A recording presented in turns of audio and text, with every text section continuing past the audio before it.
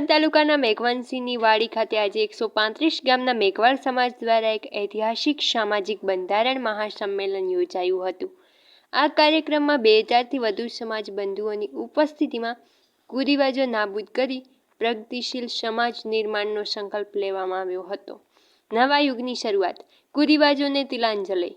સંમેલનનો મુખ્ય ઉદ્દેશ વર્ષોથી ચાલતા ખર્ચાળ રિવાજોમાં સુધારો લાવવાનો હતો। વડીલો અને યુવાનોએ સાથે મળીને નીચે મુજબના મહત્વના નિર્ણયો લીધા હતા। લગ્ન પ્રસંગોમાં થતા બિનજરૂરી ખર્ચ અને દહેજ જેવી પ્રથાઓ પર અંકુશ। મરણ પ્રસંગ, અનાવશ્યક ખર્ચ બંધ કરી સાદગીપૂર્ણ રીતે વિધિઓ પૂર્ણ કરવી। સમાજને એક સૂત્રે બાંધવા અને શિસ્ત જાળવવા નવા નિયમોનું અમલીકરણ। શિક્ષણ અને એકતા પર ભાર।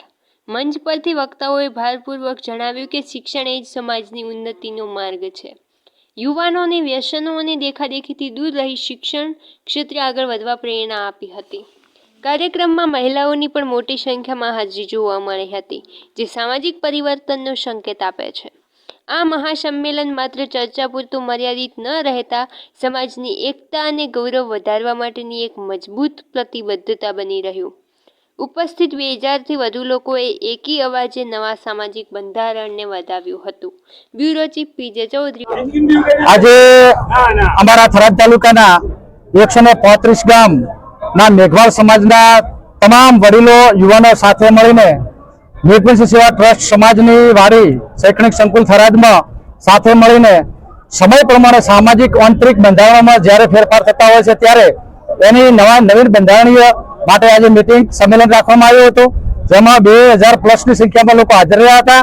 અને એમાં જ્યારે સગાઈથી કરી લગ્ન, મરણ પ્રસંગ ને અન્ય જે અત્યારના સમય પ્રમાણે ઘણા બધા કોઈ પણ નીતિ નિયમો કે જે સમાજને નુકસાન કરતા છે, તેમાં વ્યસન પ્રથા છે, જ્યારે દેખાદેખીની વાત છે, જ્યારે ફેશનની વાત આવે છે, જ્યારે અંધશ્રદ્ધાની વાત આવે છે, આ તમામ પ્રક્રિયાઓ ઉપર પ્રતિબંધ મૂકવામાં આવે છે।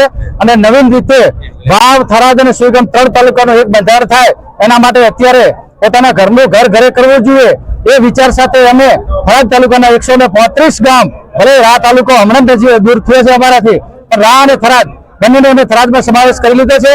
અને લાખણી તાલુકામાં પણ પહેલાના 11 ગામ ગયેલા હતા, એ ગામ પણ સાથે આવેલા છે। એટલે તમામે સાથે રહી અને અત્યારના સમય પ્રમાણે સમાજને શોભનીય બને એ પ્રકારના રીત રિવાજો નક્કી કરવામાં આવ્યા છે।